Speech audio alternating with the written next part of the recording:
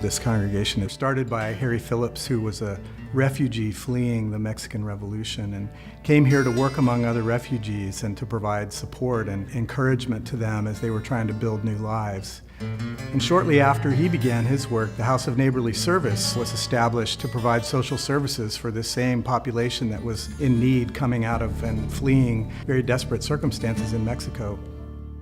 And one of the things that the House of Neighborly Service did was provide social services and support to the families that were becoming residents in this West Side community.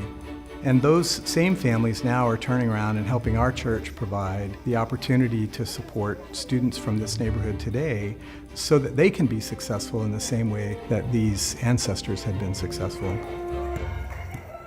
Ever since 1929, when we moved to this historic facility that we're in, the congregation and the House of Neighborly Service lived and worked out of the very same building.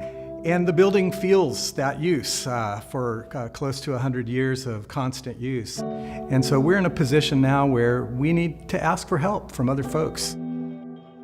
Ex Vasquez, who was a legend in this neighborhood as the Boy Scout troop leader for nearly 50 years, trained up boys and raised up Eagle Scouts from this neighborhood throughout his entire career. And now his son Buddy has taken up the helm of the Boy Scout troop. Another wonderful piece of legacy for us is that Luis Vargas, who grew up as a kid in one of our programs and in this neighborhood, is now the lead architect in redesigning this building for the years in front of us. My family landed in this neighborhood back in '93.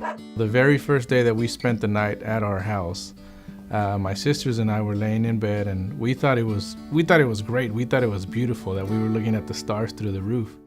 While I was in college, my parents didn't have enough money to buy me a computer. Right around that time, the secretary for Divine Redeemer was Martha. She said, you know, I don't have one here, but we have one at the church. And I stopped working around this time. Would it help if you could come on over for your house and you get about an hour to do it and you can print it there? Years down the road, I was like, I remember you did this. It's like, what can I do? How can I repay? She goes, well, just find somebody who needs that and do the same thing. I wanted to have the impact to not just one, but try to reach more than one. And so when this opportunity came up, I was like, man, here's my chance. I can do something. I can provide something that I know in architecture and design so we can affect more than just one person. I see it going another 100, 200, 300 years. And there's going to be a lot more Luises that come by here and are going to need the help and they're going to get it. I just know it. I just know it.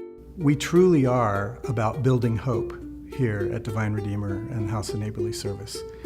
We were the recipients of blessings that we could never have anticipated or earned.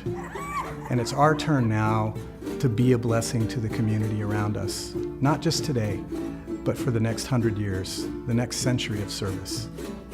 Thanks for your support.